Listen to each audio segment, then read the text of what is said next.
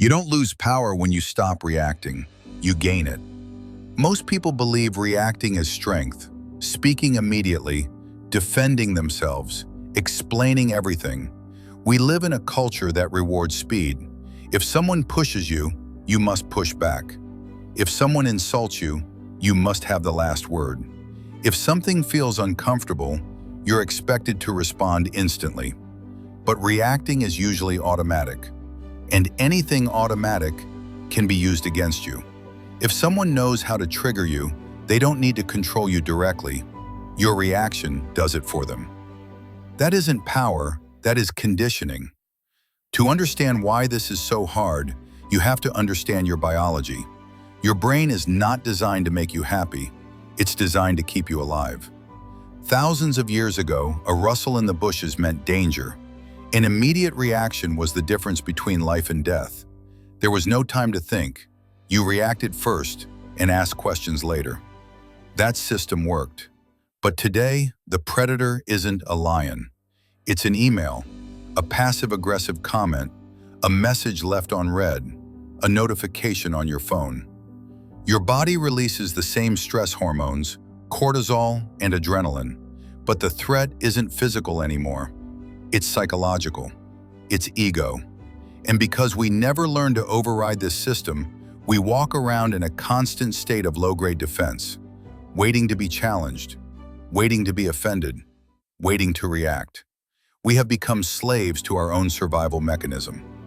When you stop reacting, something uncomfortable happens.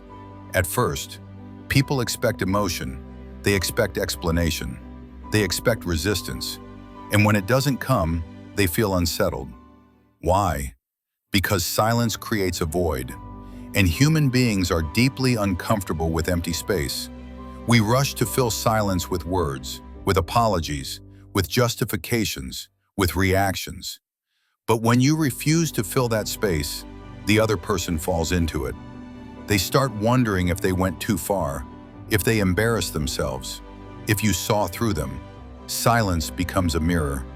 And not everyone likes what they see. Reacting is easy.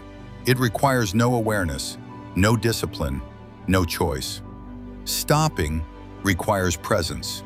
It creates a pause, and that pause is where power returns to you.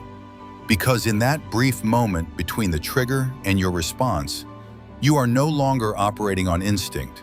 You are choosing. And that choice changes the entire architecture of the interaction. When you stop reacting, you stop feeding situations that were never meant to be solved emotionally. You stop giving energy to people who survive on attention. You stop negotiating your peace just to be understood.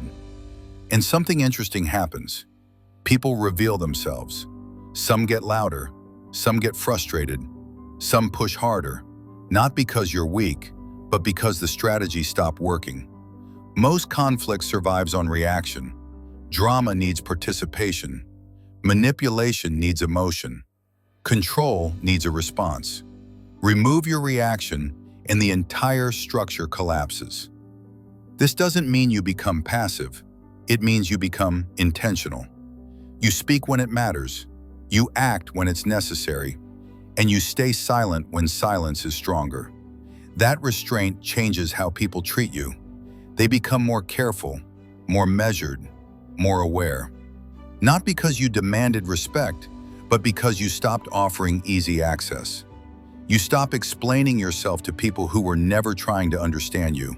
You stopped chasing closure from situations that already taught you enough.